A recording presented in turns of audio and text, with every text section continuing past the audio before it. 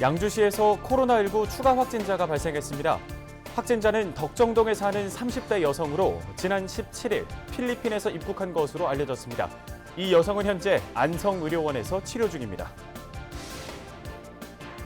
경기도가 대북 전단 살포를 사전에 차단하기 위해 경기 북부 접경 지역 5개 시군을 위험구역으로 지정했는데요.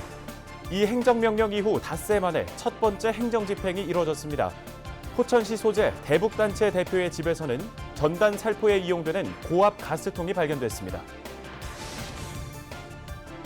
코로나19로 수출길이 막혀 어려움을 겪고 있는 경기 북부 섬유 기업들이 마스크 사업에 뛰어들면서 위기를 기회로 삼고 있습니다. 의정부시는 개발 제한 구역 내 하천 계곡 일대 영업소의 불법 행위를 집중 단속합니다.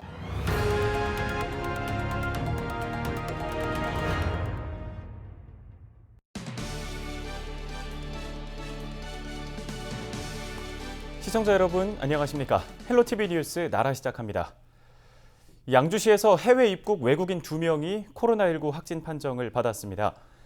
확진자는 회천 일동 거주 외국인 20대 남성 A씨와 덕정동 거주 외국인 30대 여성 B씨인데요. A씨는 지난 15일 파키스탄에서 입국했고 16일 코로나19 확진 판정을 받아 안성 생활치료센터로 이송됐습니다. B씨는 지난 17일 필리핀에서 입국한 뒤 바로 양주시 보건소를 찾아 검사를 받았는데요.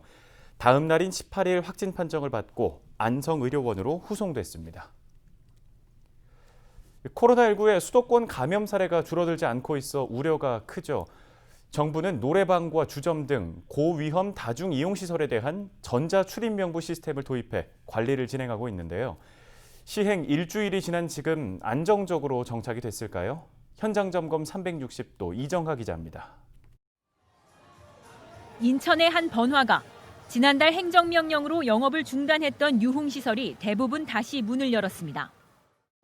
지난 10일부터 시작된 QR코드 전자출입명부 시스템이 고위험 시설 가운데 하나인 주점 등 유흥시설에서는 얼마나 잘 지켜지고 있을지 돌아봤습니다. 젊은이들에게 입소문을 탄 이른바 헌팅 포차 등은 QR코드 입장 시스템을 운영 중입니다. 활용도를 높인 업소의 경우 반응도 긍정적입니다. 처음에는 좀 어려웠는데 시간이 지날수록 적응이 되고 하니까 괜찮은데 나이 드신 분들은 좀 귀찮아하더라고요. 그냥 가신 분들도 있고 전에는 이제 썼을 때는 거짓말을 많이 쓰고 가짜를 많이 쓰고 했을 때하고 지금은 QR코드를 하니까 더 정확하게 하는 것 같고. 반면에 일부 업소는 아직 QR코드 인식 기기조차 설치하지 않았습니다. 설치를 안 하시고 개인 그 종업원의 이 휴대전화로 하시는 거예요? 제도 시행 일주일이 지났지만 아예 전자출입명부 자체를 모르는 경우도 여전히 있습니다. 그런 얘기는 못 들어봤네요. 아예 활용을 안 하시는 거예요?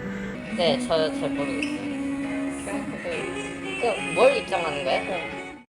한때 코로나19 집단 감염이 잇따라 발생했던 시설인 노래방은 특히 더 긴장한 모습입니다. 손님들이 노래방에 들어서자마자 QR코드를 생성하고 기기에 인식을 마칩니다. 좀 어떤 말씀들을 많이 하시던가요? 그냥 거부감 없이 편하게 해주시고 뭐 어렵다고 하시는 분들은 도와드리고 하니까 괜찮으신 것 같아요. 오히려 적는 것보다 더 편하게 하시는 것 같아요. 정부는 또 최근 수도권 학원과 PC방에도 QR코드 시스템 설치를 의무화하는 조치를 내렸습니다. 인천과 부천 지역 학원시설 10여 곳을 점검한 결과 현재 QR코드로 출입을 통제하는 학원은 단 한 곳뿐입니다.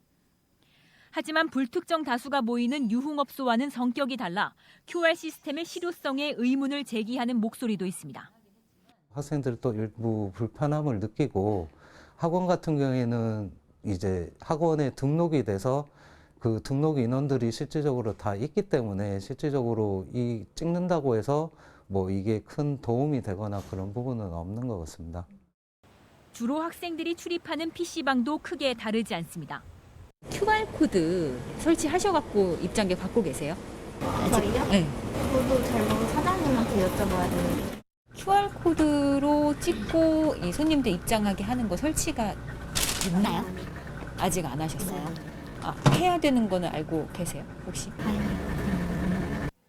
QR코드 전자출입 시스템의 설치와 운영은 현장에서 저마다 제각각인 상황. 계도 기간이 끝나는 다음 달 1일부터 고위험 다중시설의 관리가 부실할 경우 300만 원 이하 벌금이나 집합금지 명령 등의 조치가 내려질 예정입니다.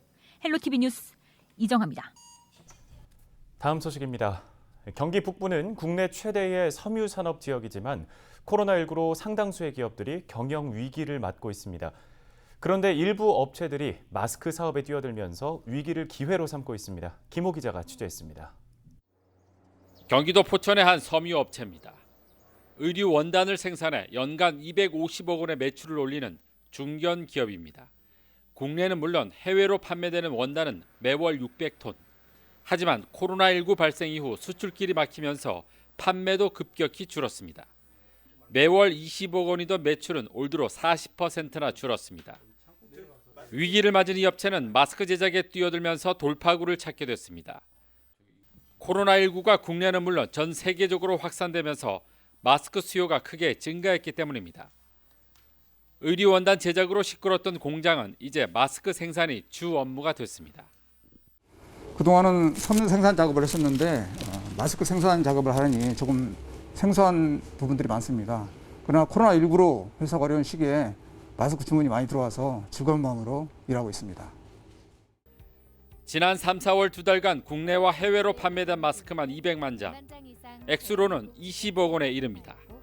특히 미국과 유럽의 코로나19가 악화돼 수요가 늘면서 100만 장의 마스크도 출고를 기다리고 있습니다.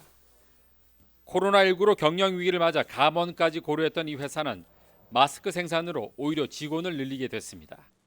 코로나 위기 때문에 매출이 작년 대비 한 30-40% 줄어가지고 직원들 구조조정이나 감봉을 생각하고 있었는데요.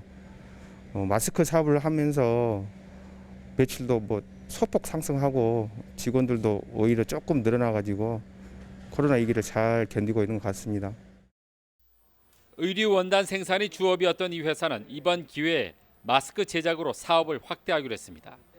연령과 성별, 신체에 따라 마스크 크기도 4가지로 만들고 색상은 크기별로 10종류로 제작하는 등 차별화에 나서고 있습니다. 특히 최근에는 스포츠 마케팅을 통해 인지도 향상을 꾀하는 등 경쟁력 확보에 주력하고 있습니다. 이번에 출시된 여름용 아이스패스 마스크고요. 지금 마스크 사업을 지금은 홍보 쪽에서는 프로야구 구단이나 태권도 대표도 기부할 계획이고요. 그러면서 마스크 사업을 계속 확장해 나갈 계획입니다. 경기 북부에는 현재 60개 섬유 회사가 협업 생산 체제를 통해 하루 20만 장의 마스크를 생산하고 있습니다. 저가의 중국 제품에 어려움을 겪어온 데다 코로나19까지 겹치면서 붕괴의 위기에 놓인 경기 북부 섬유 기업. 마스크 생산으로 경영 개선에 새로운 돌파구를 찾고 있습니다. 헬로티비 뉴스 김호입니다.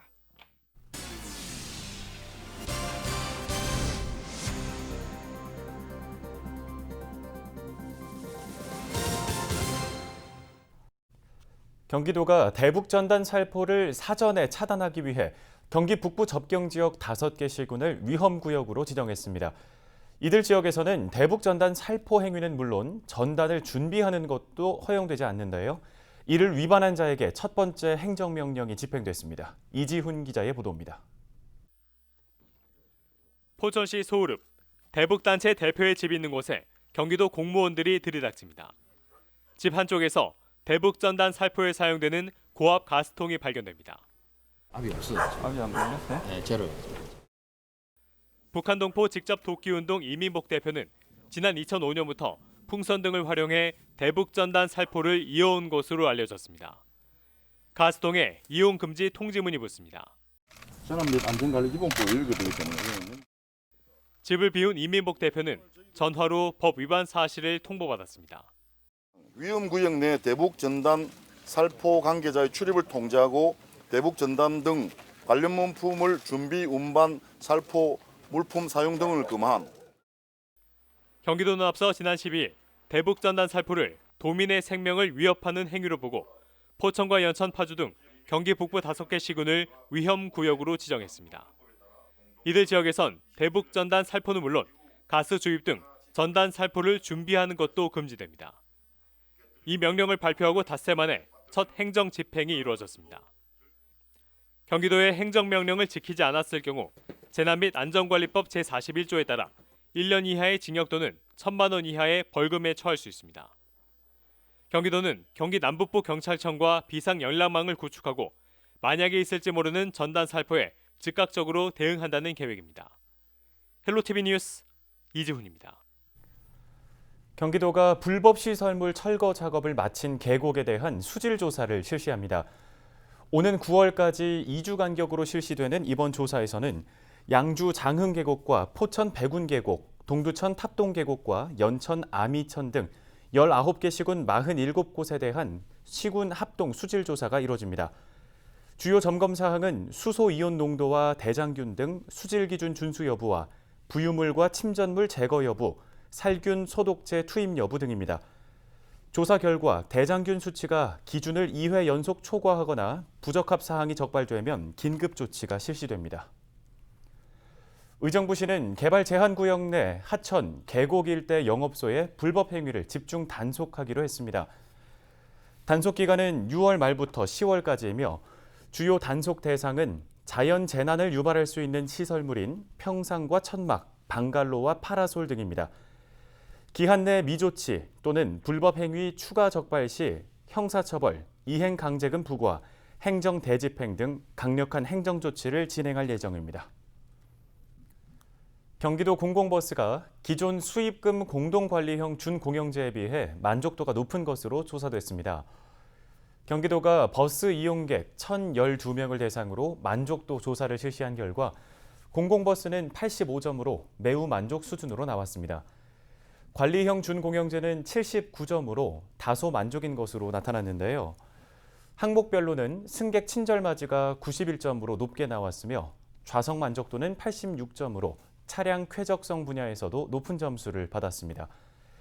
이번 조사는 경기도가 한국리서치에 의뢰해 지난 5월 21일부터 6월 4일까지 만 15세 이상 버스 하차 승객 1,012명을 대상으로 개별 면접 방식으로 진행됐으며 95% 신뢰 수준의 표본 오차는 플러스 마이너스 3.08%포인트입니다. 양주시립 장욱진 미술관은 문배술 양조원과 손잡고 아트 컬래버레이션을 선보입니다. 이번 아트 컬래버레이션은 대한민국 각 분야를 대표하는 장인들의 만남을 주제로 장욱진 예술의 향토성과 천년을 이어온 문배술의 전통성을 접목해 대한민국의 문화적 유산을 널리 알리기 위해 마련됐습니다.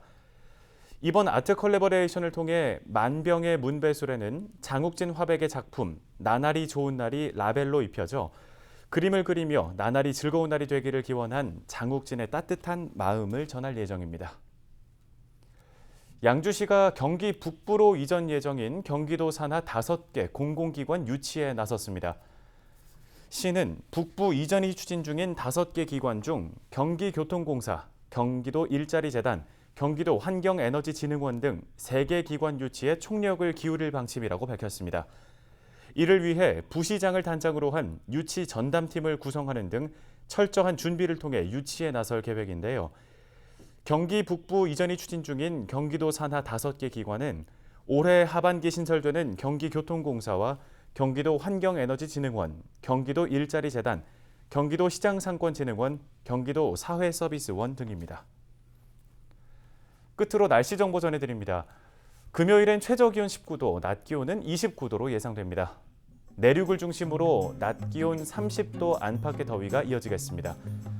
폭염까지는 아니겠지만 한낮에는 볕이 뜨거울 것으로 보이니까요. 자외선 등에 주의하시기 바랍니다. 경기 북부 주간 날씨 보시죠. 다음 주 수요일에는 중국 산둥반도 부근에서 다가오는 기압고래의 영향으로 남부지방을 중심으로 차차 전국에 비가 내릴 것으로 보입니다.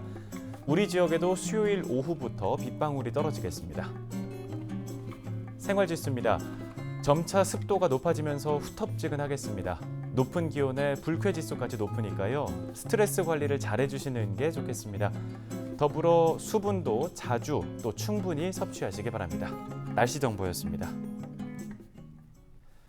헬로티비 뉴스 마칩니다. 시청해주신 여러분 고맙습니다.